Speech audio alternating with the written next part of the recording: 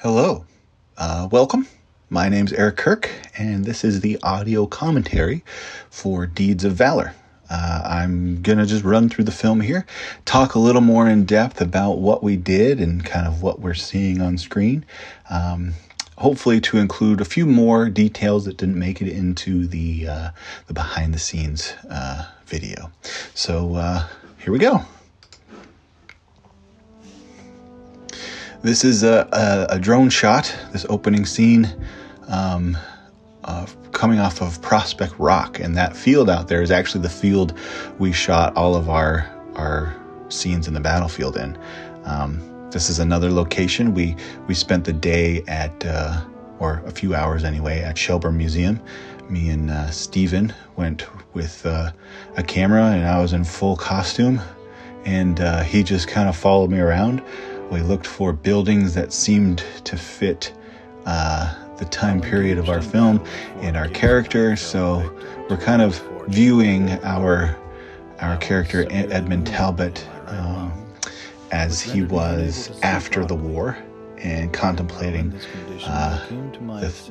the deed that James Hill did for him, I guess is how you would say it. The battle at Fort Gibson. The real story is the Battle of Port Gibson, which was located in Mississippi. Our scenery did not reflect Mississippi, so we thought we'd change it to Fort Gibson and kind of make it as though it were, say, like Virginia or somewhere that had similar landscape as Vermont, rolling hills, certainly battlefields and, large fields. That sort of thing. This is Daniel Green we're looking at now. He's a good friend of ours. And I first asked him if he would seriously consider acting in this film. I gave him the script and told him to read it. Said we're real serious about creating something, we're proud of. Something that honors those who've gone before us, and he read it and he came back to me the next day. He's like, I didn't realize you wanted me to be the main character, which I guess I forgot to mention when I gave it to him, but he was all for it. So shout out to Daniel Green. I think I told him initially that filming would take probably, 4 hours, one afternoon, as his lines weren't very extensive. But 4 days later, we finally got everything we needed. So, and he was a trooper, no pun intended. He was very positive, and I'm really grateful for all the time he donated to us to create this thing, because he really fits the character, and it just turned out so great the way he depicted our James Hill guy.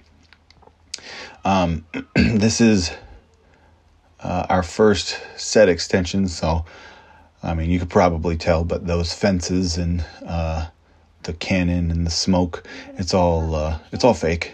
It's all kind of painted in, photoshopped, as they say. And that's me there lying on the ground. It was so hot that day. This wound is a combination of special effects and fake blood. We just purchased some fake blood from the convenience store down the corner, and then I included kind of some gore from some stock footage I purchased, just so it looked like it didn't at first. It looked like jelly, just sitting on top of my shirt. You could see the lines through, so that the special effects actually made it look like it punctured through my shirt. So I think it's pretty convincing. Jude and Daniel, they're great. The only reason we ever had to do some multiple takes is because of the camera work, or something beyond their acting abilities went wrong. But they were always spot on with delivering the lines and doing whatever they needed to do on screen. So it was really a great group of people to work with. It was tough because it was so hot those days, as Jude mentioned in the behind the scenes. But we got through it. Took us 2 or 3 tries, just because the heat was unbearable. We'd have to sometimes stop early.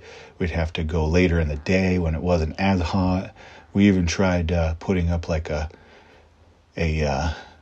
curtain, on like a backdrop curtain to keep the sun off of us, so that we could just act and not have to like sweat our brains out. But we got through it, like I said. Timothy Korkulis, great guy, and he ended up helping pay for some of this because of COVID. Believe it or not, a lot of the Civil War reenactor uniforms were hard to get, and which also drove the prices up, and it came to a point where I just couldn't afford certain things. So he took it upon himself to just buy those pants. I think he bought another rifle, but he was just a huge fan of the making and kind of getting into character. So it was just like a no-brainer for him, and just really appreciative of that, because it made things all the more realistic and much easier to film. This is another set extension. You actually see the camera shake a little here, and it kind of gives away the illusion. If you look closely, it just moves a little at the beginning there. But that's okay, We learned a lot of things. A lot of things we just had to let be because we ran out of time. And it was just like, okay, well, this is our first film.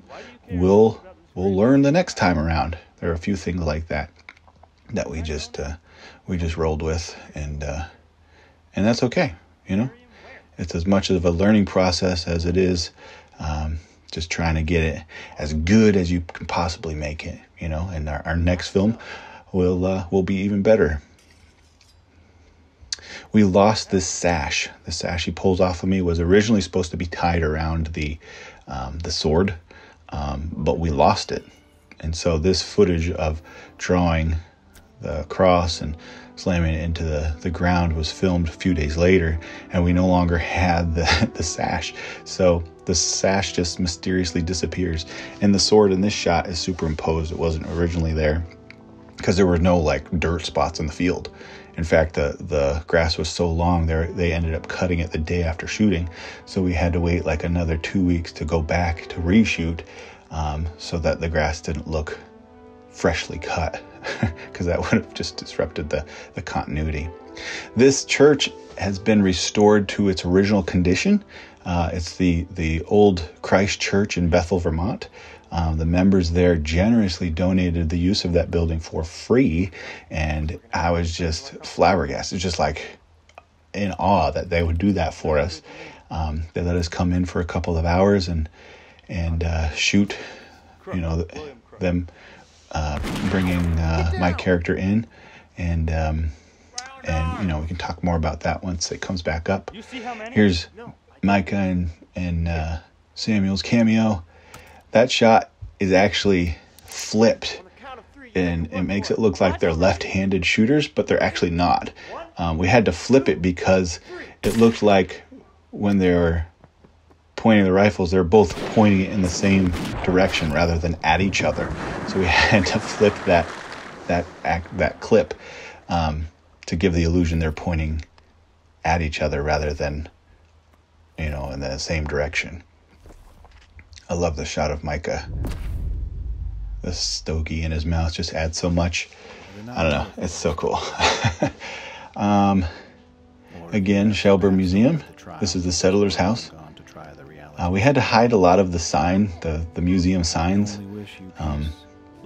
And then we also kind of composited some of them out where we couldn't hide them.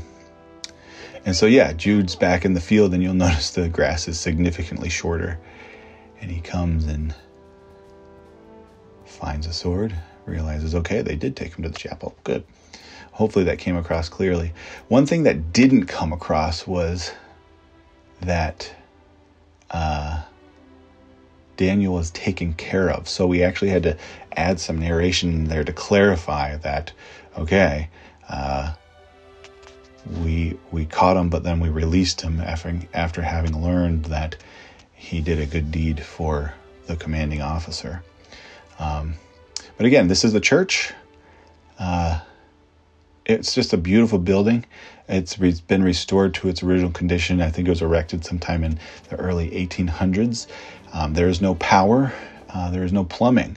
So we had to make sure all of our batteries were fully charged and ready to go. And, 2 or 3 hours of filming there, and we got what we needed. And then, we just kind of ended on this slow-mo version here. When Jude comes to find me in the church, my wife Emily always says it looks like the ending scene of Lord of the Rings, where Frodo's in bed and he's just like, Gandalf. But I think it came out pretty good. That there are some, I don't know if holes are the right word, but some things, after having seen it on screen, we'd probably try to do different if we had more time. But again, it's our first film, and we definitely want to make more. And I'm sure we will come this summer. And we're just looking forward to getting better at this, and just appreciate all the folks who are interested. And we'll hopefully see you on the next film.